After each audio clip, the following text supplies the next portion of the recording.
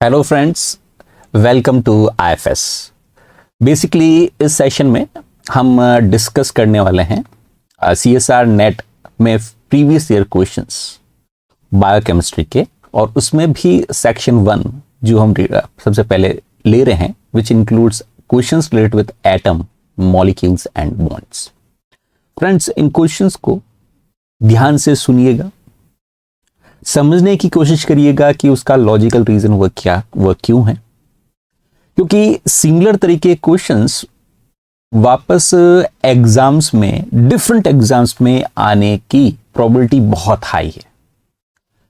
मैं ये नहीं कह रहा हूं कि एज सच क्वेश्चन रिपीट हो जाएगा, but what I have observed on basis of my experiences that same type of concept it is being asked in the different examinations. तो कंसेप्ट को समझने की कोशिश करिएगा और मुझे यकीन है आप आराम से इसे कर पाएंगे। तो चलो स्टार्ट करते हैं हमारी journey of solutions previous year questions. ठीक है, आप भी अपना दिमाग साथ साथ में लगाते रहना ताकि हम पता कर सकें कि हमें कितना आता है। ठीक है, तो माय डियर स्टूडेंट्स, पहला question, which of the following bond will be most difficult to break, है ना, इनमें से कौन सा बॉन्ड है वह सबसे डिफिकल्ट होगा। आप देख रहे हैं सब में कार्बन कॉमन है, ऑक्सीजन, फास्फोरस, नाइट्रोजन, सल्फर दे रखा है साथ में, और कोवेलेंट बॉन्ड बना रखा है। इन जनरल वैसे भी कोवेलेंट बॉन्ड्स की बात करें तो कोवेलेंट बॉन्ड्स काफी स्ट्रांग होते हैं। यहां पर कहा गया इनमें से कौन सा कोवेलेंट बॉन्ड सबसे स्ट्रांग है। तो friends, we know that the strength of covalent bonds depend on two important factors. First, the size of atoms. Atom जितनी छोटी साइज का होगा बॉन्ड स्ट्रांग होगा। जैसे ऑक्सीजन, फास्फोरस, नाइट्रोजन, सल्फर, इसमें से ऑक्सीजन नाइट्रोजन में से अगर बात करेंगे तो नाइट्रोजन कंपैरेटिवली स्मॉलर है as compare to oxygen, but सिर्फ atomic size is not a major factor. उसके अलावा दूसरा जो इंपॉर्टेंट फैक्टर है that is the polarity of bond. In general polar covalent bonds they are stronger as compare to a non polar covalent bond. तो आप देखेंगे carbon oxygen और carbon nitrogen में ऑक्सीजन नाइट्रोजन की साइज में तो काफी फर्क नहीं है, लेकिन उनकी इलेक्ट्रोनेगेटिविटी में बहुत ज्यादा डिफरेंस है, जिसकी वजह से कार्बन और ऑक्सीजन के बीच में पोलर कोवेलेंट कैरेक्टर ज्यादा होगा, और उसमें अगर पोलर कोवेलेंट कैरेक्टर ज्यादा है तो वह बॉन्ड ज्यादा स्टेबल होगा। ठीक है, ध्यान रखें बेटा, यहां पर एक एक्स्ट्रा आउट ऑफ बॉक्स की सबसे ज्यादा स्ट्रॉन्गर कोवेलेंट बॉन्ड किसके बीच में होगा, हाइड्रोजन हाइड्रोजन में। रीजन, यहां पर पोलैरिटी तो नहीं है, लेकिन इनमें पर एटॉमिक साइज है वो बहुत स्मॉल है। लेकिन इनमें से हमारा आंसर में चूज करना हो तो आंसर हमारा क्या हो गया, कार्बन और ऑक्सीजन के बीच में। ठीक है, चलो नेक्स्ट क्वेश्चन की तरफ बढ़ते हैं हम। कुछ स्टेटमेंट्स दे रखे हैं यहां पर, आप देखें, और इन स्टेटमेंट्स में से हमें यह पता करना है कि कौन से स्टेटमेंट्स करेक्ट है। पहला, hydrogen, deuterium and tritium they differ in number of protons. हमें पता है कि हाइड्रोजन, ड्यूटेरियम और ट्रिटियम ये आइसोटॉप्स हैं, और आइसोटॉप्स प्रोटॉन में वेरी नहीं करते, ये सेम एटम से बिलोंग करते हैं, इसलिए प्रोटॉन में वेरिएशन तो पॉसिबल नहीं है। आइसोटॉप्स है, it means they would be variable in number of neutrons, और अगर ये बात सही है तो हमारा सेकंड स्टेटमेंट सही होगा, और अगर सेकंड स्टेटमेंट हमारा सही है, बी सही है, तो फिर तो हमारा आंसर ही मिल गया। देखो, ए सही हो नहीं सकता, और ऑब्वियसली ए और बी दोनों एक साथ तो सही हो नहीं सकते। इतना भी पता हो कि आइसोटॉप्स हैं वह बेसिकली न्यूट्रॉन्स में वेरी करते हैं, तो हमारा काम बन गया। अब तो डी और ई भी करेक्ट होने चाहिए, लेकिन एक बार उन स्टेटमेंट्स को भी हम रीड आउट कर लेते हैं। Both deuterium and tritium are radioactive and decay to hydrogen and deuterium respectively। नहीं, देखो दोस्तों, ड्यूटेरियम है वो रेडियो एक्टिव नहीं है, इसलिए बात ही गलत हो गई। अगला स्टेटमेंट में कहा गया है tritium is radio active and decay to helium. हाँ, ये बात सही है, जो ट्रिटियम हाइड्रोजन है वह उसमें से बीटा डीके होता है, बीटा डीके होने के बाद वो हीलियम में कन्वर्ट हो जाता है, ये बात बिल्कुल सही है। This statement is true, the tritium is radio active and decay to helium, this is true, D सही है, और obviously D has to be true. Then next statement में कहा गया carbon 14 decay to nitrogen 14, yes this is also true that C14 है, उसमें से जब कभी भी बीटा डीके होगा तो it get convert into a nitrogen 14, ये बात भी बिल्कुल सही है। कार्बन 14 डीके टू कार्बन 13, नहीं, ये बिल्कुल गलत बात है। करेक्ट स्टेटमेंट फ्रेंड्स क्या हो गए? बी, डी एंड ई। समझ में आया? चलो हम नेक्स्ट क्वेश्चन की तरफ बढ़ते हैं। The interaction between atom A and B is 400 kilojoule per मोल, यानी ऑलमोस्ट अराउंड यू कैन से 90 किलो कैलोरी पर मोल के आसपास आया है। तो दिस काइंड ऑफ इंटरेक्शन, तो ऑब्वियसली हम बायोकेमिस्ट्री में दो ही तरीके की इंटरेक्शन स्टडी करते हैं, non covalent and covalent. All non covalent interactions they are lesser than 10 kilojoule per mole under aqueous environment, while the covalent bonds they are greater than you can say 400 kilojoule per मोल। तो ये क्या होना चाहिए? Obviously it has to be a covalent bond, क्योंकि चाहे pi pi interactions हो, चाहे ion dipole interaction हो, वॉन डेर वाल के दोनों टाइप है, या हाइड्रोजन बॉन्ड्स हो, इनकी स्ट्रेंथ बहुत कम होती है ना।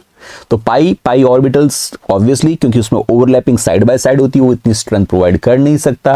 आयन डाइपोल इंटरेक्शन एक काफी वीक इंटरेक्शन है, वॉन डेर वाल इंटरेक्शन का टाइप है। हाइड्रोजन बॉन्ड की स्ट्रेंथ भी आप देखेंगे तो that is often lesser than even 30 kilojoule per मोल। ठीक है, तो आंसर हो गया इसका फ्रेंड्स सेकंड। अगले क्वेश्चंस की तरफ चलते हैं। समझ में आया नहीं वाला क्वेश्चन? तो अब अगले क्वेश्चन की तरफ देखो कि मोलार स्केल पर कौन सा इंटरेक्शन नॉन पोलर एनवायरनमेंट में सबसे ज्यादा कंट्रीब्यूशन देता है, स्टेबिलिटी प्रोवाइड करता है। ध्यान रखें, काम की बात क्या पर क्या है, नॉन पोलर एनवायरनमेंट। अगर ये वर्ड आपने नहीं पढ़ा तो सब गड़बड़ हो जाएगा। You have to talk about a non polar environment. तो नॉन पोलर एनवायरनमेंट का डाइलेक्ट्रिक कांस्टेंट वैल्यू बहुत कम होती है, और अगर डाइलेक्ट्रिक कांस्टेंट की वैल्यू बहुत कम होगी तो जो स्ट्रेंथ है या एनर्जी है वो बहुत ज्यादा, क्योंकि हम जानते हैं इलेक्ट्रोस्टैटिक इंटरेक्शन की एनर्जी के Q1 Q2 R² D पर डिपेंड करती है। और एनवायरनमेंट अगर नॉन पोलर है तो डाइलेक्ट्रिक कांस्टेंट की वैल्यू कम होगी, और डाइलेक्ट्रिक कांस्टेंट की वैल्यू कम होगी तो उस कंडीशन में एनर्जी बहुत ज्यादा होगी। सो वॉन डेर वाल इंटरेक्शन तो बहुत वीक इंटरेक्शन है। हाइड्रोजन बॉन्डिंग चाहे पोलर एनवायरनमेंट हो चाहे नॉन पोलर एनवायरनमेंट हो, उसमें बहुत ज्यादा डिफरेंस नहीं आएगा। हाँ, salt bridge is another name for electrostatic interaction, ये आंसर होगा, क्योंकि नॉन पोलर एनवायरनमेंट का डाइलेक्ट्रिक कांस्टेंट की वैल्यू कम होती है। उस कंडीशन के अंदर सॉल्ट ब्रिज या इलेक्ट्रोस्टैटिक इंटरेक्शन या आयनिक bonds they would be very strong. Hydrophobic interaction तो होंगे ही नहीं, जब वाटर ही नहीं, जब वाटर नॉन पोलर एनवायरनमेंट है तो वहां हाइड्रोफोबिक इंटरेक्शन पॉसिबल ही नहीं है। ज्यादा स्टूडेंट्स इसको इस तरह से पढ़ लेते हैं, नॉन पोलर मॉलिक्यूल्स में कौन सा इंटरेक्शन होगा। तो ये नॉन पोलर मॉलिक्यूल नहीं है, यहाँ पर नॉन पोलर एनवायरनमेंट है। ये चीज हमें ध्यान में रखनी है। चलो नेक्स्ट क्वेश्चन की तरफ बढ़ते हैं। Which one of the following interaction plays a major role in stabilizing B form DNA? तो ये है हमारा B form DNA फ्रेंड्स, है ना। और B form DNA को स्टेबलाइज A के सामने T, G के सामने C, A, T कौन स्टेबलाइज करता है? आपको अच्छी तरीके से पता है। Okay, yes, this is stabilized by hydrogen bonding. Yes, answer would be option 1। Hydrophobic interactions, van der Waals interactions, दोनों मिलकर बेस स्टैकिंग, दोनों को कॉम्बिनेशन करके हम बेस स्टैकिंग इंटरेक्शंस कहते हैं। और base stacking interactions double stranded DNA को स्टेबलाइज नहीं करता। अगर ये पूछा था कि सिंगल स्ट्रैंडेड डीएनए है या with in a strand stability कौन प्रोवाइड करता है, तो विद इन अ स्ट्रैंड यानी कि सिर्फ एक स्ट्रैंड में बात करें, इनको स्टेबिलिटी कौन प्रोवाइड करता है, तो हम कहते हैं base stacking interaction stability provide करते हैं। लेकिन यहाँ पर B form DNA, double stranded DNA, right handed double stranded DNA के बारे में पूछा गया है। और right handed double stranded DNA को स्टेबलाइज करने का काम कौन करता है friends? Yes, it is hydrogen bonding, जहां A और T के बीच में 2 हाइड्रोजन बॉन्ड बनते हैं और G और C के बीच में ट्रिपल हाइड्रोजन बॉन्ड बनता है। बात समझ में आई? चलो नेक्स्ट क्वेश्चन की तरफ बढ़ते हैं। नेक्स्ट क्वेश्चन में कहा गया है which one of the following non covalent interaction between two non bonded atoms is most sensitive to the distance. वैसे आप देखेंगे सभी इंटरेक्शंस का डिस्टेंस के साथ दुश्मनी है, यानी इनवर्स रिलेशनशिप है। कहीं पर R है, कहीं पर R² है, कहीं पर R³ है, कहीं पर R⁻6 है, तो कहीं पर R⁻12 है ना। डिस्टेंस जैसे जैसे दूर करते जाएंगे दोस्ती कम होती जाएगी। तो हम सबको पता है इंटरेक्शन कम होता है, जितने लोग साथ में रहेंगे उतनी दोस्ती बढ़िया होगी, इंटरेक्शंस बढ़िया होंगे।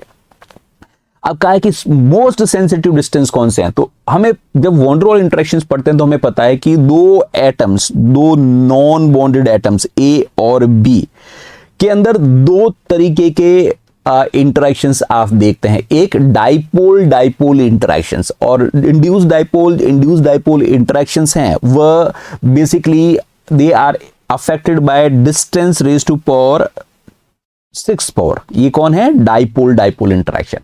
और दूसरा important role one double interaction में प्ले करता है कि इलेक्ट्रॉन शेल रिपल्शन, और जो इलेक्ट्रॉन शेल रिपल्शन तब प्ले में आता है जब दो एटम्स एक दूसरे को ओवरलैप करते हैं, और that is having a inverse relationship with a distance raise to power 12। तो ऑब्वियसली डिस्टेंस से ये सेंसिटिविटी सबसे ज्यादा हुई। तो क्या कहेंगे, सबसे ज्यादा सेंसिटिविटी कब होती है कि दो नॉन बॉन्डेड एटम्स एक दूसरे को ओवरलैप करे, जिसकी वजह से इलेक्ट्रॉन शेल का रिपल्शन हो।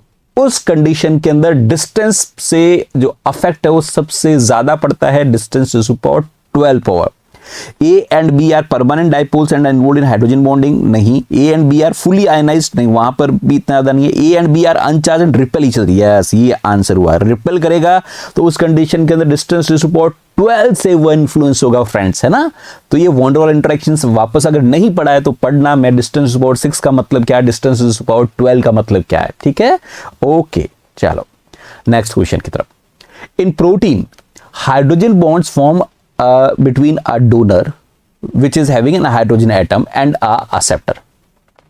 Hydrogen atom is more favorable if angle between donor and acceptor, ये तो बहुत सिंपल सा है ना। मैक्सिमम स्ट्रेंथ फ्रेंड्स कब होती है हाइड्रोजन बॉन्ड की, जब, यस आपके दिमाग में आ गया, maximum bond strength is when the hydrogen atom, donor and acceptor, all three they lie in a same plane, यानी bond angle must be 180 degree. इसीलिए तो हाइड्रोजन बॉन्ड्स को हम डायरेक्शनल बॉन्ड कहते हैं, ठीक है। चलो नेक्स्ट क्वेश्चन की तरफ बढ़ते हैं। Maximum number of hydrogen bond that can form between hydrogen and water, ठीक है। तो आप देखो हाइड्रोजन को देखकर यहां पर देखो थोड़ा सा ट्रिकी क्वेश्चन है। हाइड्रोजन का स्ट्रक्चर कुछ इस तरीके का होता है, और हाइड्रोजन को देखकर आप कह सकते हो इस नाइट्रोजन के ऊपर एक लोन पेयर है, यहां पर भी एक लोन पेयर है, ये यानी इस जगह पर एक्सेप्टर, इस जगह पर एक्सेप्टर, और चार जगहों पर ये डोनर का काम कर सकता है। लेकिन हाइड्रोजन को हाइड्रोजन के साथ इंटरेक्शन नहीं कराना दोस्तों, यहां पर हमने हाइड्रोजन को किसके साथ इंटरेक्शन करना है, वाटर मॉलिक्यूल के साथ।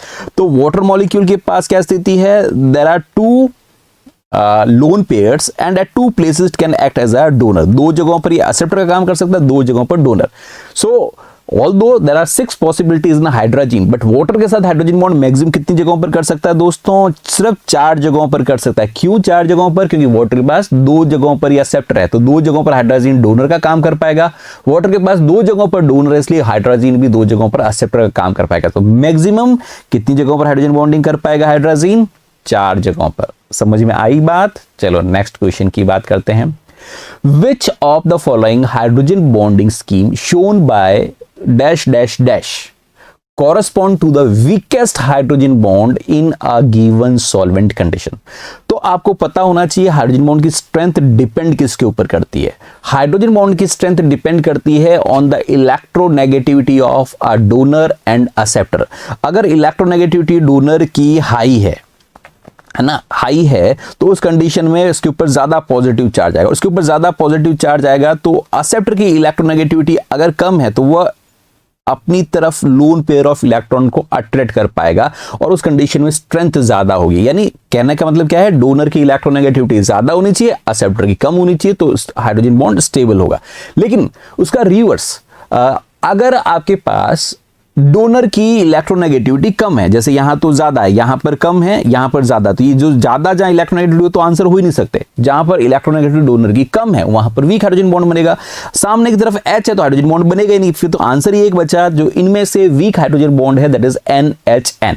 और इस तरीके का हाइड्रोजन बॉन्ड फ्रेंड्स कहां पर देखने को मिलता है, yes it is observed in nitrogenous bases in a DNA, double standard DNA, और even you can find them in double standard RNA, जहां पर एक तरफ NH डोनर का काम करता है, दूसरी तरफ N एक्सेप्टर काम करता है, पर OHO के कंपैरिजन में NHN तरीके की हाइड्रोजन बॉन्डिंग है वो काफी वीक है। अगले क्वेश्चन की तरफ बढ़ते हैं हम। Next question, according to Coulomb's law 2 point charges which are kept at a distance of 5.5 angstrom in a vacuum would interact to give rise an energy of 60 kilocalorie per mole। So K Q1 Q2 R square D देकर कितनी energy दे रहे हैं, 60 दे रहे हैं। उस दौरान D की value कितनी है, वैक्यूम का मतलब 1। ओके, तो अब कहा गया है कि the energy of interaction was same system when they have been placed in water, तो वाटर में कितनी होगी, तो हमें पता है इन सब की वजह से कितनी आ रही है, 60 आ रही है, और 60 डिवाइड बाय डी ये एनर्जी है, और वैक्यूम में डी की वैल्यू थी 1, इसलिए आंसर आ रहा था 1। वैक्यूम के अंदर हम कैसे निकालेंगे, तो वैक्यूम के अंदर 60 डिवाइड बाय 1, 60 आ रही थी। तो वाटर में कितनी आएगी, तो वाटर में कैसे निकालेंगे, energy would be 60 divide by dielectric constant of water, and 60 divide by dielectric constant of water 80 से डिवाइड करोगे 6 बाय 8 यानी 3 बाय 4, 3 बाय 4 मींस 0.75, आंसर आ गया ऑप्शन थर्ड। समझ में आया? और वैसे भी लॉजिकली भी तो ये करेक्ट है। हम जानते हैं कि वाटर के अंदर इलेक्ट्रोस्टैटिक इंटरेक्शंस काफी कम होते हैं क्योंकि वाटर का डाइलेक्ट्रिक कांस्टेंट वैल्यू ज्यादा होती है। डायरेक्टली भी आप याद रख सकते हो कि वाटर के अंदर इलेक्ट्रोस्टैटिक इंटरेक्शंस की स्ट्रेंथ वैक्यूम या एयर के कंपैरिजन में 80 टाइम्स हमेशा कम होगी, क्योंकि एयर या वैक्यूम का डाइलेक्ट्रिक कांस्टेंट 1 होता है, वाटर उसके कंपैरिजन में वाटर का डाइलेक्ट्रिक कांस्टेंट 80 होता है। ठीक है, अगला क्वेश्चन बिल्कुल सेम कंसेप्ट के ऊपर कि यहां पर कहा गया है इलेक्ट्रोस्टैटिक इंटरेक्शन की स्ट्रेंथ कितनी है, 500 किलो जूल्स, कब, वैक्यूम के अंदर, तो वाटर में कितनी होगी, तो जैसे मैंने कहा कि वाटर के अंदर पूछे जाए तो 80 टाइम्स रिड्यूस कर लो, 80 टाइम्स रिड्यूस कर लो, 50 बाय 8 कर लो, 50 बाय 8 का मतलब आपके पास हो गया 25 बाय 4 कर लो, 25 बाय 4 का मतलब लगभग आपके पास आ जाएगा 6.2 समथिंग आ जाएगा, यानी आंसर आपका आ जाएगा ऑलमोस्ट अराउंड 6। क्लियर? तो वापस सेम लॉजिक दैट वैक्यूम या एयर के अंदर जो इलेक्ट्रोस्टैटिक इंटरेक्शंस होते हैं उसके कंपैरिजन में अगर हम कंसीडर करें वाटर में तो इलेक्ट्रोस्टैटिक इंटरेक्शन की स्ट्रेंथ 80 टाइम्स 80 फोल्ड कम हो जाती है। ध्यान रखें फ्रेंड्स, ये बात है ना, 2 बार क्वेश्चन इस कंसेप्ट पर आ चुका है। अगला क्वेश्चन बहुत सिंपल सा है, वाटर है वह लिक्विड है रूम टेम्परेचर पर H2S गैस है, क्यों? ये तो हम बहुत बेसिक क्लासेस से पढ़ते आ रहे हैं। ऐसा इसलिए कि वाटर में ऑक्सीजन की इलेक्ट्रोनेगेटिविटी ज्यादा है, इसलिए वह कंपैरेटिवली स्ट्रॉन्गर हाइड्रोजन बॉन्ड बना पाता है at a room temperature. H2S में सल्फर है और सल्फर की इलेक्ट्रोनेगेटिविटी कम है, और इलेक्ट्रोनेगेटिविटी कम होने की वजह से ये एफिशिएंट हाइड्रोजन बॉन्ड्स फॉर्म नहीं कर पाएगा। इसलिए आंसर क्या है, lack of hydrogen bonds in H2S। Answer क्या हो गया, 4th। ठीक है, आगे नेक्स्ट क्वेश्चन की तरफ बढ़ते हैं। Predominant interactions between the phospholipids, यानी फॉस्फोलिपिड्स इस तरीके से जो स्टेबलाइज होते हैं ना, phospholipids, these are the phospholipids. ठीक है, इनको स्टेबलाइज कौन करता है, तो हम जानते हैं इनके बीच में यहां पर इंटरेक्शंस कैसे होते हैं, यहां पर इंटरेक्शंस होते हैं फ्रेंड्स हाइड्रोफोबिक इंटरेक्शंस, और यहां पर वाटर के साथ या किसी दूसरे प्रोटीन के साथ यहां पर इंटरेक्शंस कैसे हो सकते हैं, हाइड्रोजन बॉन्डिंग। तो स्ट्रेंथ स्टेबलाइज करने का काम कौन कर रहा है, हाइड्रोफोबिक इंटरेक्शन, जो कि मेजर है नो डाउट, जो कि कोर के अंदर है। कोर के अंदर हमेशा हाइड्रोफोबिक इंटरेक्शन होगी और पेरिफेरी पर हमेशा कैसे होंगे, हम कहते हैं हाइड्रोफिलिक इंटरेक्शन। और हाइड्रोफिलिक इंटरेक्शंस में क्या क्या आते हैं, हाइड्रोजन बॉन्ड भी आता है और इलेक्ट्रोस्टैटिक भी आता है। तो हमारा आंसर हो जाएगा hydrophobic interaction and hydrogen bond. Answer हो गया ऑप्शन 3rd। नेक्स्ट क्वेश्चन की तरफ बढ़ते हैं। The free energy of a dissolved solute, यानी कोई कंटेनर है और उस कंटेनर में हम सॉल्यूट को बढ़ाते जा रहे हैं, सॉल्यूट ऐड करते जा रहे हैं। अब तो सॉल्यूट की एनर्जी क्या होगी, अब ये तो बहुत लॉजिकल क्वेश्चन, किसी भी चीज की कंसंट्रेशन बढ़ाओ उसकी एनर्जी बढ़ेगी, चाहे ग्लूकोज बढ़ाओ तो ग्लूकोज की एनर्जी बढ़ जाएगी, सोडियम बढ़ाओ तो सोडियम की एनर्जी बढ़ जाएगी। So the concentration direct reflect करता है आपकी केमिकल एनर्जी को। जैसे जैसे आप बढ़ाते जाओगे वैसे वैसे केमिकल एनर्जी बढ़ती जाएगी, क्योंकि ज्यादा बॉन्ड्स हैं वो ब्रेक होंगे, और केमिकल एनर्जी के साथ साथ पोटेंशियल एनर्जी है वो भी बढ़ती जाएगी। तो बहुत सिंपल सा है, किसी भी सॉल्वेंट में सॉल्यूट की कंसंट्रेशन बढ़ाओगे तो सॉल्यूट की फ्री एनर्जी है वह बढ़ती जाएगी, क्योंकि उनकी कंसंट्रेशन बढ़ती जा रही है। अगले क्वेश्चन की तरफ बढ़ते हैं हम। सॉल्युबिलिटी बतानी है गैसेस की वाटर के अंदर, और कहा है कि वो इस बात पर डिपेंड करता है कि क्या गैसेस वाटर के साथ इंटरेक्ट कर पाती है या नहीं। क्या क्या दे रखा है, carbon dioxide, oxygen, sulphur dioxide and ammonia, इनकी बात की गई है। तो कंसेप्ट बहुत सिंपल सा है, जो पोलार गैस है उसकी सॉल्युबिलिटी सबसे ज्यादा होगी, और जो जितनी ज्यादा नॉन पोलार है उसकी सॉल्युबिलिटी सबसे कम होगी, because like dissolves in like. अब अमोनिया ऑब्वियसली पोलार है, ये सबसे ज्यादा सॉल्युबल ऑक्सीजन होने से रहा। सल्फर डाइऑक्साइड भी इतना ज्यादा पोलार नहीं है, यानी सबसे पहले तो अमोनिया आना चाहिए, ये बात तो क्लियर है। क्योंकि अमोनिया के अंदर N और H के बीच में इलेक्ट्रोनेगेटिविटी का डिफरेंस है, जबकि ऑक्सीजन में, क्योंकि दोनों तरफ ऑक्सीजन है, shared pair of electron exactly centre में होगा, इसलिए ऑक्सीजन सबसे कम सॉल्युबल होगा, नॉन पोलर है। अमोनिया यहां पर, ऑक्सीजन सबसे लास्ट के अंदर, कार्बन डाइऑक्साइड सबसे लास्ट में नहीं आएगा। सो सल्फर डाइऑक्साइड और फिर कार्बन डाइऑक्साइड और ऑक्सीजन। तो आंसर हमारा क्या हो गया? Option fourth. 15th का आंसर हुआ फोर्थ। ठीक है, समझ में आया? Like dissolves in like, non polar या बेंजीन हो जाता तो उल्टा रिवर्स पैटर्न हो जाता friends. Question from the following statement, हमें सभी रॉन्ग स्टेटमेंट ढूंढना है। All wrong statements we have to identify. पहला, for a reaction to occur spontaneously the free energy change must be negative. ये बात तो सही है, डेल्टा जी की वैल्यू क्या होनी चाहिए? नेगेटिव होनी चाहिए। चलो, ये तो सही बात हो गई। The interaction between two nitrogen molecule in the gaseous state is probably predominantly electrostatic। अरे भाई, नाइट्रोजन में कैसे इलेक्ट्रोस्टैटिक इंटरेक्शन होगा? वहां वॉन्डरवॉल इंटरेक्शन देखने को मिलेंगे। नाइट्रोजन तो चार्ज ही नहीं है, तो इलेक्ट्रोस्टैटिक का सवाल ही नहीं है, इसलिए बी तो हमें रखना ही रखना है, बी तो हमें रखना ही रखना है। अगला, by knowing the bond energy it is possible to deduce whether the bond is covalent and hydrogen bond। yes, बिल्कुल आराम से पता कर सकते हैं, क्योंकि हाइड्रोजन बॉन्ड की बॉन्ड स्ट्रेंथ और कोवलेंट बॉन्ड की बॉन्ड स्ट्रेंथ में रात दिन का फर्क है। कहां 10 किलो कैलोरी पर मोल से कम, यानी 30 किलो जूल पर मोल से कम, 40 किलो जूल पर मोल से कम, और कहां दूसरी तरफ 80 किलो कैलोरी पर मोल से ज्यादा, यानी 400 किलो जूल पर मोल या उससे भी ज्यादा। आराम से पता कर सकते हैं। D statement, hydrophobic interactions are not important protein folding of globular protein. अरे भाई, ये तो कैसे गलत बात है ना कि नॉट इंपॉर्टेंट। प्रोटीन फोल्डिंग ही हाइड्रोफोबिक इंटरेक्शंस की वजह से होती है। Protein folding is a hydrophobic driven process, इसलिए ये गलत है, और गलत का मतलब हमारा आंसर हो गया बी एंड डी। फोर्थ हमारा यहां पर आंसर हो गया। अगले क्वेश्चन की तरफ देखें। Hydrogen bonds in a protein occur when there are, एक तरफ डोनर हो, दूसरी तरफ एक्सेप्टर हो। चलो, ये में बहुत अच्छी बात है। यहां पर ग्राफ के अंदर क्या बता रखा है कि इधर की तरफ आप देखेंगे तो बॉन्ड एंगल्स की बात कर रखी है, और यहां पर फ्रीक्वेंसी की बात कर रखी है कि उस हाइड्रोजन बॉन्ड उस प्रोपोर्शन में क्या होता है।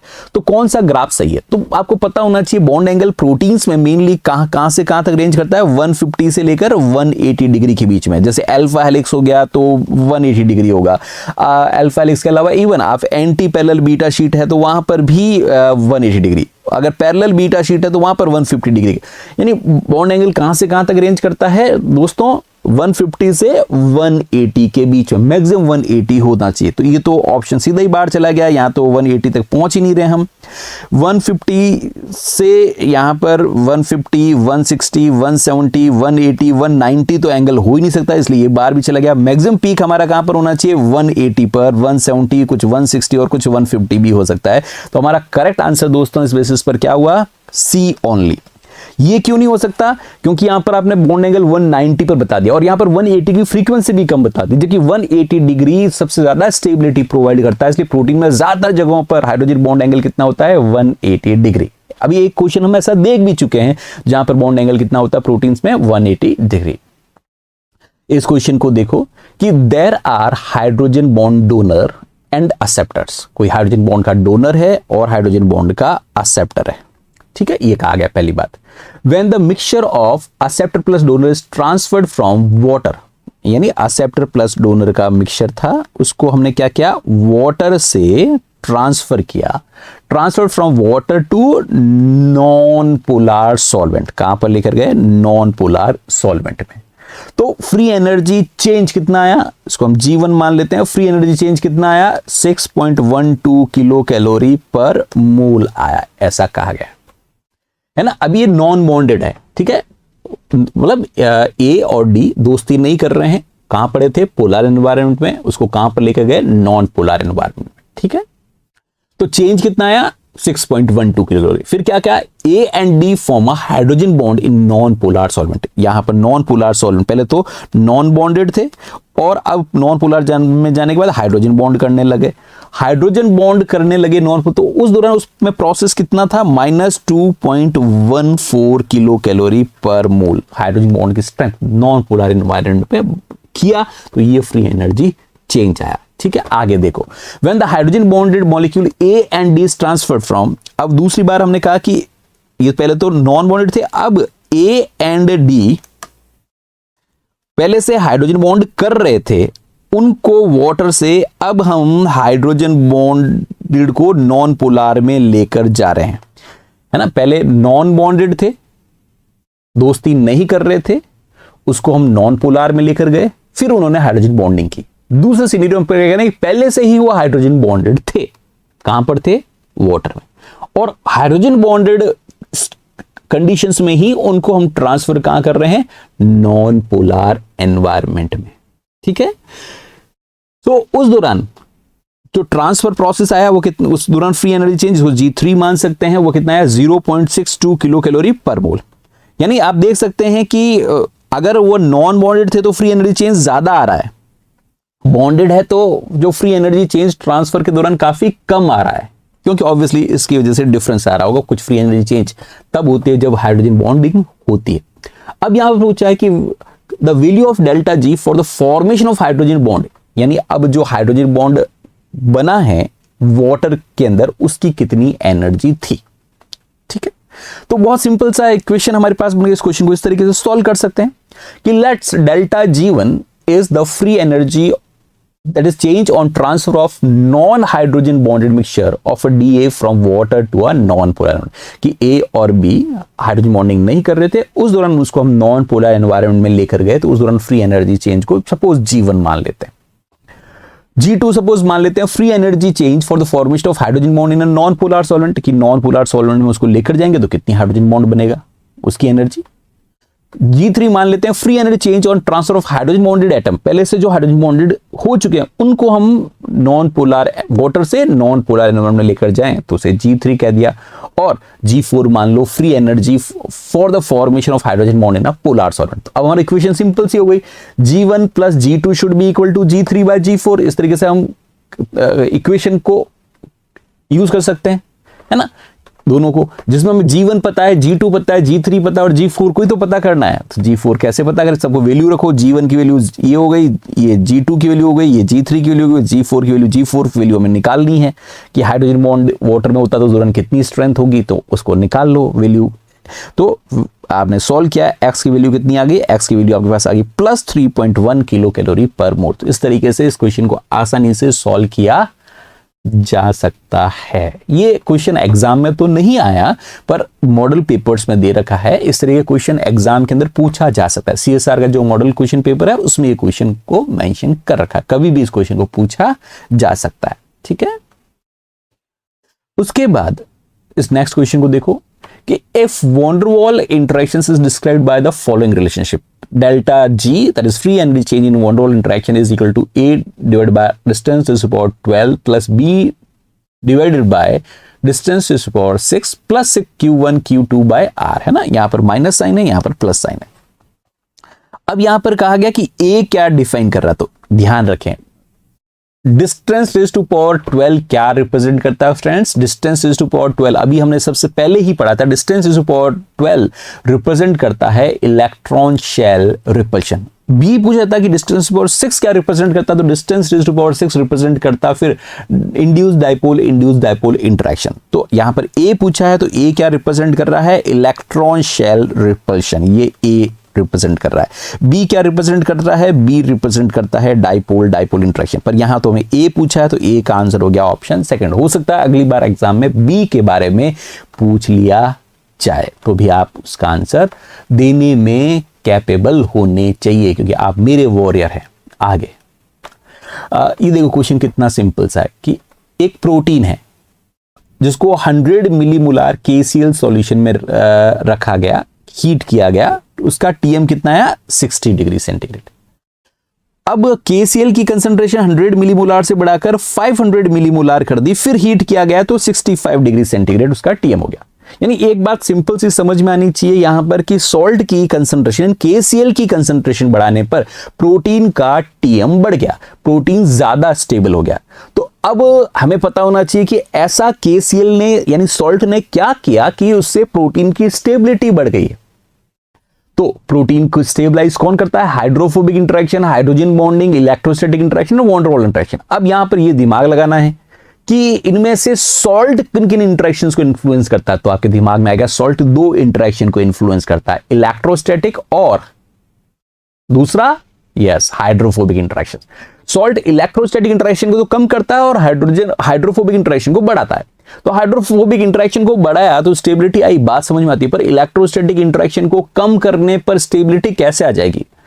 तो फिर थोड़ा दिमाग लगाओ कि इलेक्ट्रोस्टैटिक इंटरेक्शन वापस दो तरीके के हो सकते हैं, this could be attractive type और it could be repulsive type. अगर अट्रैक्टिव टाइप को कम करेंगे तो स्टेबिलिटी घटेगी, पर रिपल्सिव तरीके के इलेक्ट्रोस्टैटिक इंटरेक्शन की स्ट्रेंथ को कम करेंगे तो स्टेबिलिटी बढ़ेगी। ठीक है, तो आंसर क्या हो गया? Hydrophobic interaction is increased and electrostatic repulsive forces decreased, है ना।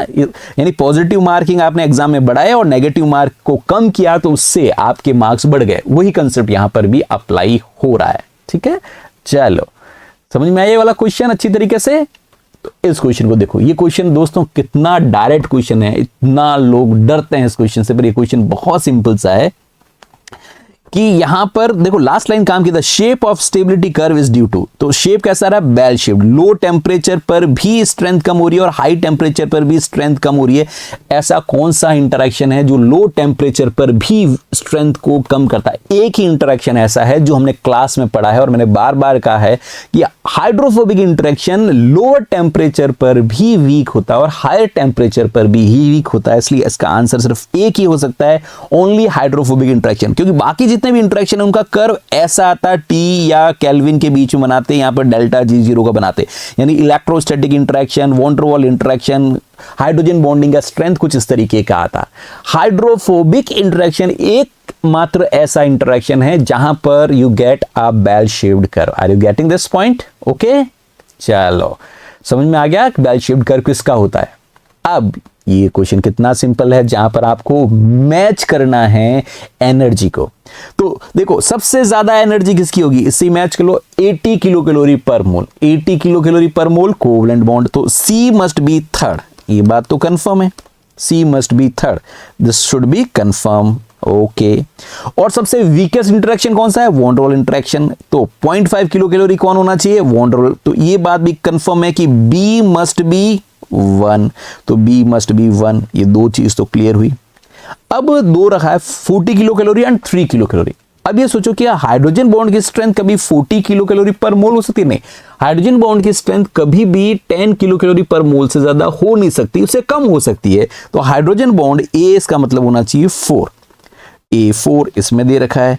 आयनिक बॉन्ड की स्ट्रेंथ क्या 40 किलो कैलोरी हो सकती है? हाँ हो सकती है। कब? जब एनवायरनमेंट कैसा हो? नॉन पोलर, क्योंकि नॉन पोलर एनवायरनमेंट की डाइलेक्ट्रिक कांस्टेंट की वैल्यू कम होती है, उस कंडीशन में आयनिक बॉन्ड की स्ट्रेंथ ज्यादा हो सकती है। तो इन सब बातों को ध्यान में रखते हुए हमारा करेक्ट आंसर फ्रेंड्स क्या आया? ऑप्शन 4। भाई किसी भी कंडीशन में हाइड्रोजन बॉन्ड की स्ट्रेंथ तो 10 किलो कैलोरी पर मोल से ज्यादा नहीं होगी ना। चलो अब इस क्वेश्चन पे दिमाग लगाओ, वापस मैच करना है कि कौन सा पैरामीटर क्या समझाता है। पॉलिंग इलेक्ट्रोनेगेटिविटी A, ये क्या? तो इलेक्ट्रोनेगेटिविटी जितनी ज्यादा होगी उतने पार्शियल चार्ज आएंगे या चार्ज आएगा, और चार्ज आने का मतलब सॉल्युबिलिटी एटम्स की बढ़ती जाएगी। तो A तो डेफिनेटली 2 होना चाहिए, A डेफिनेटली 2 होना चाहिए। तो आंसर ही निकल आया आपका। आइसोलेटेड पाई ऑर्बिटल्स ओवरलैप करते हैं तो उसकी वजह से रेस्ट्रिक्टेड रोटेशन होता है, क्योंकि पाई ऑर्बिटल्स तब आते हैं जब डबल बॉन्ड या ट्रिपल बॉन्ड आए, उसकी वजह से रोटेशन नहीं होता। तो डेफिनेटली B का भी थर्ड होना चाहिए, तो वो भी इसी के अंदर है। एरोमेटिक मॉलिक्यूल प्लेनर होते हैं, तो एरोमेटिसिटी की वजह से क्या आती है? प्लेनरिटी आती है, तो ये 4th हो गया। डाइइलेक्ट्रिक कांस्टेंट चार्ज सेपरेशन को बताता है, D का आंसर 1 होना चाहिए। ये सब इसी में दे रखे ऑप्शन 3 के अंदर। ठीक है, तो ये बहुत सिंपल सा क्वेश्चन था, टेक्निकल टर्म्स आपको पता होती तो इस क्वेश्चन को आप आसानी से सॉल्व कर लेते। तो इससे एक बात समझ में आती है कि बायोकेमिस्ट्री के क्वेश्चन बिल्कुल भी हार्ड नहीं है। आपके लॉजिकल कंसेप्ट्स स्ट्रांग हो, बिना न्यूमेरिकल किए आप आसानी से इन क्वेश्चंस को सॉल्व कर सकते हैं। सो फ्रेंड्स, मुझे यकीन है आपको ये डिस्कशन अच्छा लगा होगा। जल्दी से हम सेकंड सेक्शन को भी डिस्कस करेंगे, उसको भी आप देखिएगा, हर क्वेश्चन को ध्यान से सुनिएगा, है ना, और इस लर्निंग को एंजॉय करें। Happy learning and once again thank you for connecting with an IFS।